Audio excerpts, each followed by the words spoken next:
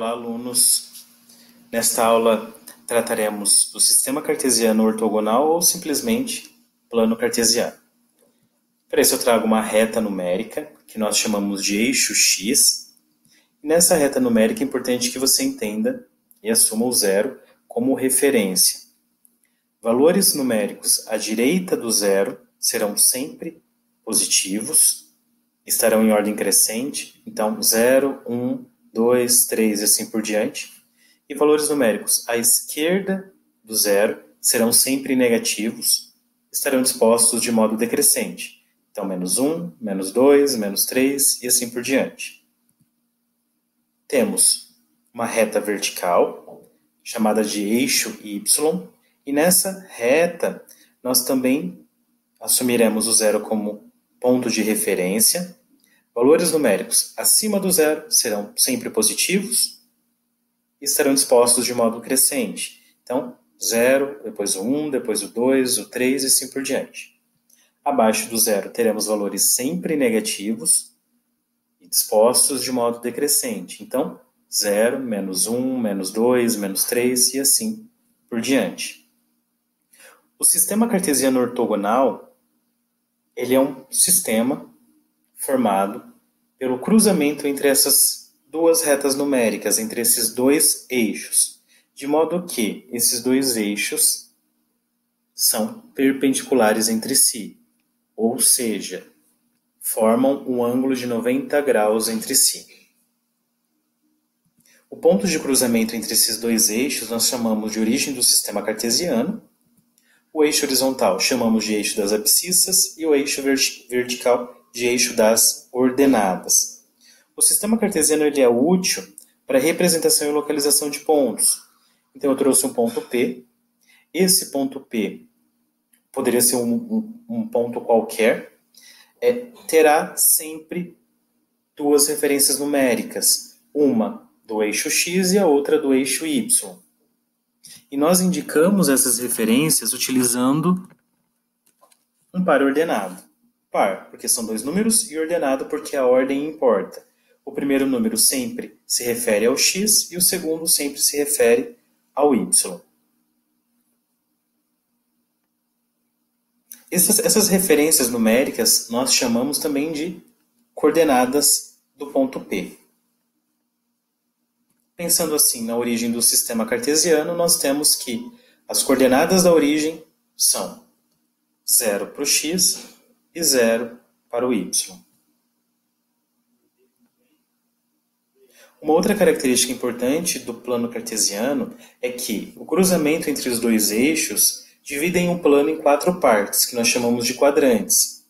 Então nós temos o primeiro quadrante, o segundo quadrante, o terceiro e o quarto quadrante. Esses quadrantes nos auxiliam tanto na representação quanto na localização dos pontos, mas também são úteis na hora de determinarmos os sinais dos números que pertencem às duas retas. Então, pensando apenas no eixo horizontal, teremos valores numéricos no primeiro e quarto quadrantes, e valores numéricos positivos no primeiro e quarto quadrantes, e valores numéricos negativos no segundo e terceiro quadrantes. Pensando apenas no eixo y, nós teremos valores numéricos positivos no primeiro e segundo quadrantes e valores numéricos negativos no terceiro e quarto quadrantes. Agora vamos colocar em prática a representação de pontos nesse sistema, a representação e a identificação, utilizando o software GeoGebra. Então eu trouxe aqui 4 pontos, ponto A, o ponto B, o ponto A, o ponto B, ponto C e o ponto D, para representarmos no sistema cartesiano ortogonal por meio desse software. Então, começamos pelo ponto A. O ponto A ele tem coordenadas 2 e 3, 2 para o eixo x e 3 para o eixo y. Então, eu localizo 2 no eixo x e localizo 3 no eixo y. Eu tenho que imaginar uma reta passando por esse 2 no eixo x de modo perpendicular e uma reta passando pelo número 3 no eixo y também de modo perpendicular. O cruzamento dessas duas retas é que indicarão a posição do ponto A.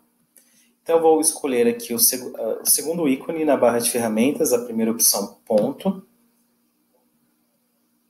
e verifico onde é o cruzamento da reta que passa pelo 2, do eixo X, com a reta que passa pelo 3, do eixo Y. Clico nesse cruzamento e eu tenho aí a representação do ponto A. A ideia será a mesma para os outros pontos. O ponto B ele tem coordenadas menos meio para o X e menos 2 para o Y.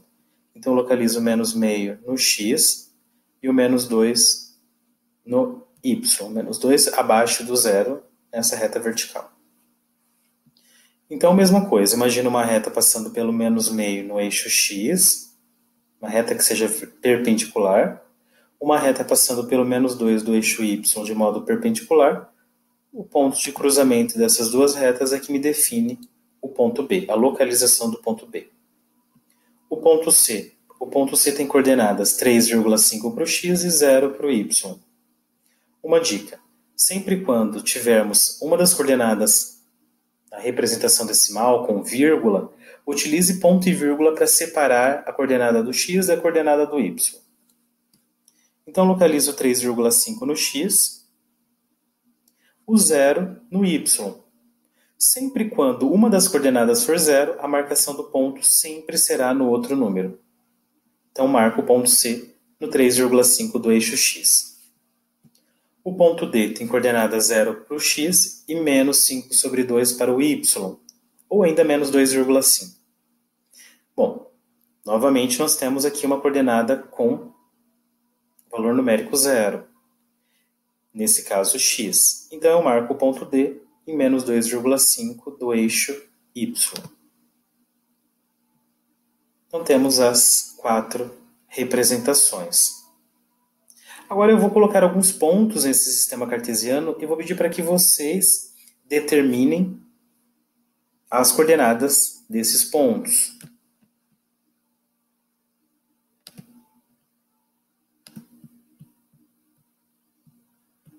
Então, vou apagar os que já foram construídos.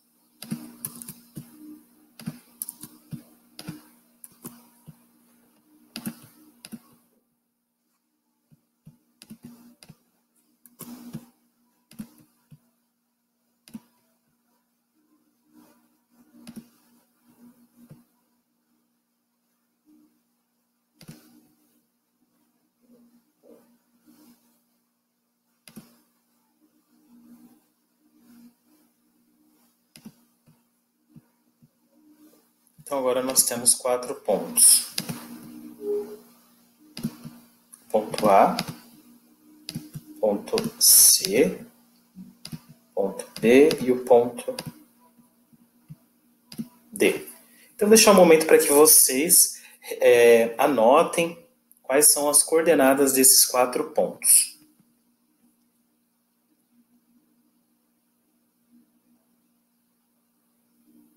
Bom, vamos começar pelo ponto A.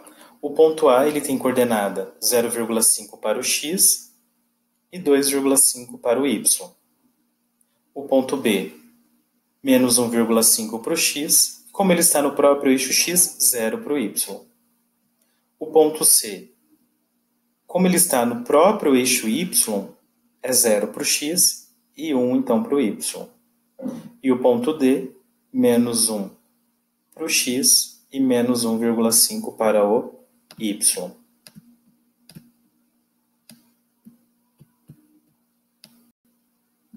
Vamos registrar aqui as coordenadas. Então, ponto A, 0,5 para o X e 2,5 para o Y. Ponto B, como está no próprio eixo X, então menos 1,5 para X e 0 para Y. O ponto C, 0 para X e 1,5 para o Y. E o ponto D, menos 1 para X e menos 1,5 para o Y. Então, nesta aula, nós aprendemos o que é o sistema cartesiano ortogonal, nós aprendemos a representar e a localizar pontos utilizando esse sistema.